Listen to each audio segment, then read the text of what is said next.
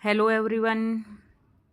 स्वागत है आपका अपने यूट्यूब चैनल पर।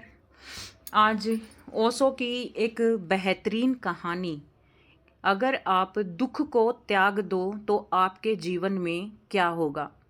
ओशो ने इस कहानी में बड़े ही सरल तरीके से एक जीवन का रहस्य बताया है। आज हम वो आपके सामने लेकर आए हैं। कहानी का नाम है दुख त्याग दो। एक वृद्ध व्यक्ति, गुरु और आत्मबोध की कथा। ओशो इसमें कहते हैं कि एक नगर में एक वृद्ध व्यक्ति रहता था। उम्र ने उसके शरीर को झुका दिया था, पर उसकी आंखों में अभी भी एक खोज बाकी थी। जीवन उसने पूरा जी लिया था, घर परिवार धन सम्मान सब कुछ पाया था, लेकिन जैसे जैसे उम्र बढ़ती गई उसके भीतर एक प्रश्न और भी गहराता चला गया। वह प्रश्न बाहर से तो बहुत छोटा सा था, मगर भीतर से बहुत भारी था। क्या यही जीवन है? क्या बस जीवन में यही सब होना है? रातों को नींद टूट जाती है और भीतर कहीं एक खालीपन जाग उठता है। उसे लगता है कि जैसे जीवन ने मुझे सब कुछ दे दिया है, लेकिन अब भी कुछ बाकी है, वो है शांति। उसने सुना था कि दूर पहाड़ों में एक गुरु रहते हैं, जिसके पास लोग ज्ञान पाने के लिए जाते हैं, और कहा जाता था कि गुरु कुछ देते नहीं, बस देखने की दृष्टि बदल देते हैं। वृद्ध व्यक्ति ने ये निश्चय कर लिया कि अब जो बचा है वो मैं उसी खोज में लगा दूंगा। उसने सोचा कि ज्ञान पाने के लिए त्याग अवश्य है, इसीलिए गुरु के पास जाने से पहले उसने जीवन के जितने भी खुशी के पल थी, जिसने भी प्रसन्नताओं थी, उन सब को त्यागने का निर्णय ले लिया था। उसने स्वादिष्ट भोजन छोड़ दिया था। उसने अपने सभी दोस्त, सगे संबंधी, उन सब को छोड़ दिया। लोगों से मिलना भी उसने धीरे धीरे कम कर दिया था। उसने हंसना भी कम कर दिया था, क्योंकि उसे लगा कि शायद जितना मैं खुश रहता हूँ और खुश रहने का जो दिखावा करता हूँ, वही मेरा बंधन है। ये कहानी आपको बहुत कुछ सिखा कर जाएगी, इसीलिए इस कहानी को पूरा सुनिएगा। फिर कई दिनों की यात्रा के बाद वह गुरु के आश्रम में पहुंच गया। उसका थका हुआ शरीर, लेकिन भीतर एक उम्मीद थी कि आज कोई बड़ा रहस्य हाथ लगेगा। गुरु एक वृक्ष के नीचे बिल्कुल शांत बैठे थे। न कोई विशेष आसन कर रहे थे और न ही किसी सोच में थे। बस एक सहज सी उपस्थिति थी वहाँ। वृद्ध व्यक्ति ने चरणों में प्रणाम किया और बोला कि गुरुदेव, मैं ज्ञान प्राप्त करना चाहता हूँ, इसीलिए मैंने अपने जीवन की सारी प्रसन्नताओं को त्याग दिया है, सभी यार दोस्तों को त्याग दिया है। मैं अब किसी से बात नहीं करता। गुरु ने उसकी ओर देखा। उनकी आंखों में करुणा थी, लेकिन साथ ही एक गहरी समझ भी थी। उन्होंने कोई प्रशंसा नहीं की और न ही कोई उपदेश दिया। बस उसने शांत स्वर में पूछा कि तुम दुखी हो? वृद्ध व्यक्ति बहुत चौंका और वो गुरु की तरफ देखकर उसने सोचा कि गुरु मुझसे क्या पूछ रहे हैं। गुरु पूछेंगे कि तुमने क्या छोड़ा और कितना त्याग किया और कितना तप किया। उसने धीरे से कहा कि हाँ गुरुदेव, भीतर एक भारीपन है, एक खालीपन है, मगर मैं समझ नहीं पा रहा कि मेरे साथ क्या हो रहा है। अब गुरु ने बड़ी गहरी दृष्टि से और हल्की ही मुस्कुराहट के साथ बोले कि फिर तुम दुख को भी त्याग दो। यह सुनकर वृद्ध व्यक्ति स्तंभ रह गया। वह बोला कि गुरुदेव, दुख तो मैं चाहता ही नहीं हूँ। मैंने कभी दुख तो मांगा ही नहीं है और ना मैं दुखी हूँ। मैंने तो बस अपनी जो प्रसन्नताएं हैं, जो अपने सगी संबंध हैं, उन सब को त्याग दिया है। बाकी मैं दुखी नहीं हूँ। अब गुरु थोड़े से हंसे, और उनकी हंसी से ये नहीं था कि वो उसका मजाक उड़ा रहे हैं। उन्होंने कहा कि यही तो भूल है, तुमने प्रसन्नता को ही समस्या मान लिया और बस दुख को पकड़कर तुम वहीं पर बैठ गए। तुमने जो खुशी दे रही थी चीज़ें, उन सब को छोड़कर, और तुमने दुख को पकड़कर बैठ गए हो। फिर गुरु ने उसे अपने पास बैठने का संकेत दिया और बोले कि ध्यान से सुनो, प्रसन्नता स्वाभाविक होती है और दुख अर्जित किया जाता है। दुख कोई परिस्थिति नहीं होती, वो हमारे अंदर की एक आदत होती है जिसे हम चाहकर भी नहीं छोड़ पाते। जब तुमने सोचा कि प्रसन्नताएं बांधा है, तो तुमने उसी क्षण दुख को महत्व दे दिया। गुरु ने कहा कि मनुष्य दुख को इसीलिए नहीं छोड़ पाता क्योंकि वह दुख से अपनी पहचान बना लेता है। वह कहता है कि मैं दुखी हूँ, मैं पीड़ित हूँ, मेरे साथ ऐसा क्या हुआ, और धीरे धीरे दुख का परिचय बन जाता है। वृद्ध व्यक्ति चुपचाप सुन रहा था।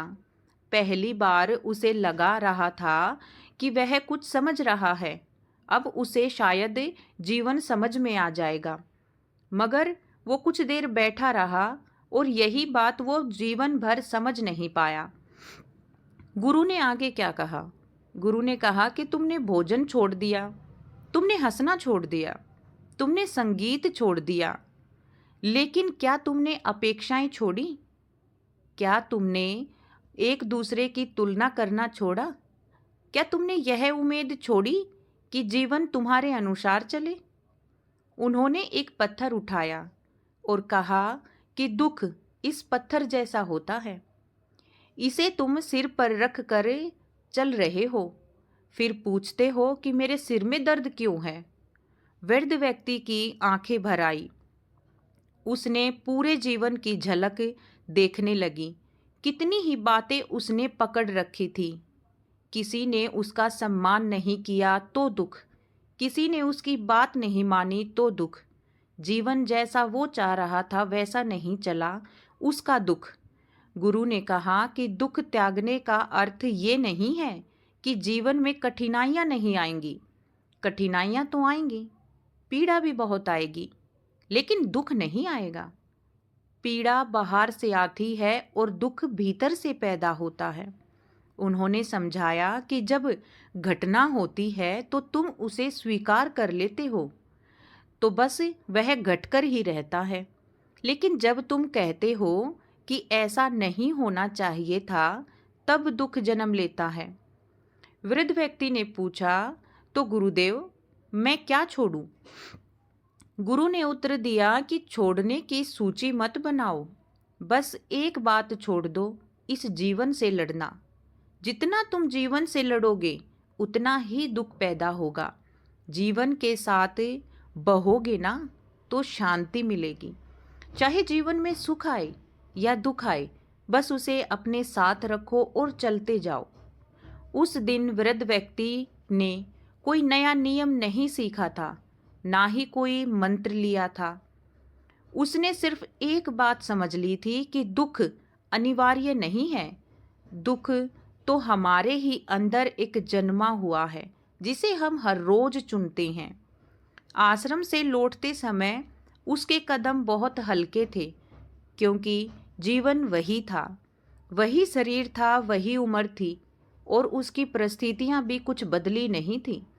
लेकिन भीतर सब कुछ बदल चुका था। उसने फिर से संगीत को सुना, उसने फिर से भोजन का स्वाद लिया, लोगों से मिलना शुरू किया, लेकिन अब वो किसी को पकड़ नहीं रहा था। ओशो इसमें अंत में क्या कहते हैं कि जो उसके भीतर जो गूंज रहा था, जिस दुख को वो पकड़ रहा था, उसे ही वो जीवन मान रहा था। जो जीवन को जैसा है अगर हम वैसा स्वीकार करते हैं तो वही हमें मुक्ति दिलाता है। प्रसन्नता को मत छोड़ो, तुम सिर्फ दुख को त्याग दो। और जब हम दुख को त्याग देते हैं तब हमारे जीवन में बहुत हल्कापन और मन में भी बहुत हल्कापन आ जाता है। हम जब तक इन छोटी छोटी बातों को पकड़ना नहीं छोड़ेंगे, कौन क्या कह रहा है, किसकी बातों से तुम्हें बुरा लग रहा है, इसके कोई मायने नहीं रखते।